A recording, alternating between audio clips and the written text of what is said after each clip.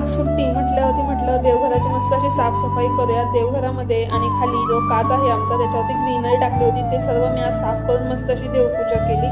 त्यानंतर आज सुट्टी म्हटलं की नाश्ता घरचे म्हटले नको, मग म्हटलं काय बनवूयात, मग विचार केला आज म्हटलं नूडल्स बनवूयात। मग मस्त नूडल्स बॉईल केले, जे विकत भेटतात ते नूडल्स घेतलेत। इथे मी कोणताही सॉस न वापरता नूडल्स बनवले। कांदा, टोमॅटो, कांद्याची पात, लसूण पात थोडीशी, सोया चंक्स आणि घरगुती मसाले वेगवेगळ्या पद्धतीचे वापरून त्यामध्ये शिजवलेले नूडल्स टाकून मस्त असे नूडल्स मी नाश्त्यासाठी तयार केले सकाळच्या। सुट्टी असली की नाश्ता हा लेटच होतो, जसं की 11, 11:30 असं चालायचंच। तर पुढे मी दुपारी आज केला मस्त पनीर मटार व्हेज पुलाव।